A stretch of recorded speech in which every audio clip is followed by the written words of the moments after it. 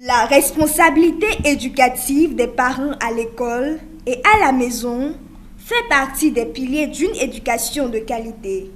C'est pourquoi ces derniers ont un impact durable sur l'apprentissage des enfants. Voilà, la responsabilité, c'est l'engagement que les parents ont, l'obligation que les parents ont envers leurs enfants, envers toute l'éducation de leur enfant.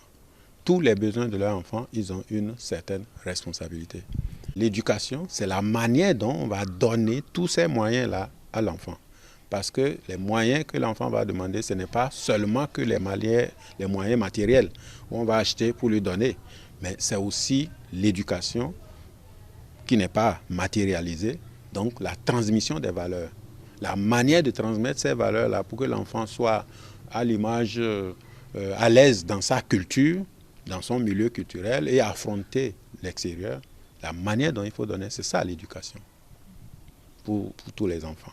Donc, pour être très simple, on dira que l'éducation, c'est comment les parents se débrouillent pour transmettre les valeurs de leur groupe social à leurs enfants sans interférer avec leur propre choix. Eux, ils ont déjà fait leur choix. Mais ils donnent aux enfants pour que les enfants aussi fassent leur choix. Donc, ce n'est pas de mouler les enfants.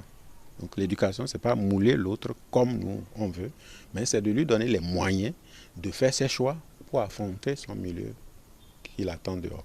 Le sociologue interpelle la vigilance des parents à propos de certains de leurs comportements envers les enfants. Lorsque les parents forment correctement leur enfant depuis la maison, avec les règles que je dis, c'est dans l'amical. On n'a pas à le forcer, on n'a pas à l'apeurer, on n'a pas toujours à lui dire je vais te frapper, amenez-moi un bâton, tu ne vas pas manger ce soir, tu n'auras pas ton argent de l'école.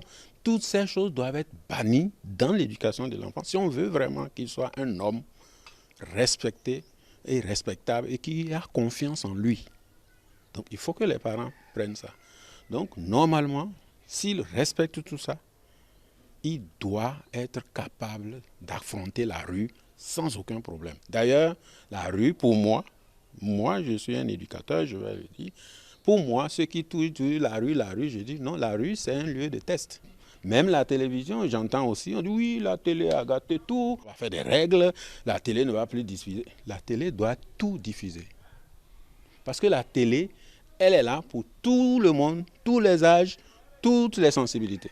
Mais c'est chacun dans sa famille qui doit savoir comment gérer ses enfants par rapport à certaines heures, comment même s'asseoir et expliquer aux enfants. Mais les parents n'ont jamais le temps de s'asseoir et regarder la télé ensemble avec leurs enfants et leur dire « Oui, vous avez vu, non, ce que vous avez vu là, voilà ce que ça signifie. » Quel parent le fait? Aucun. Des parents n'a d'excuses lorsque les enfants n'ont pas été bien éduqués. Une fille qui est éduquée par sa mère seule, en principe, ce que les gens racontent, c'est que ça devait aller. Mais c'est grave. C'est très grave pour elle. Des conseils sont prodigués à l'endroit des enfants pour une bonne écoute de leurs parents.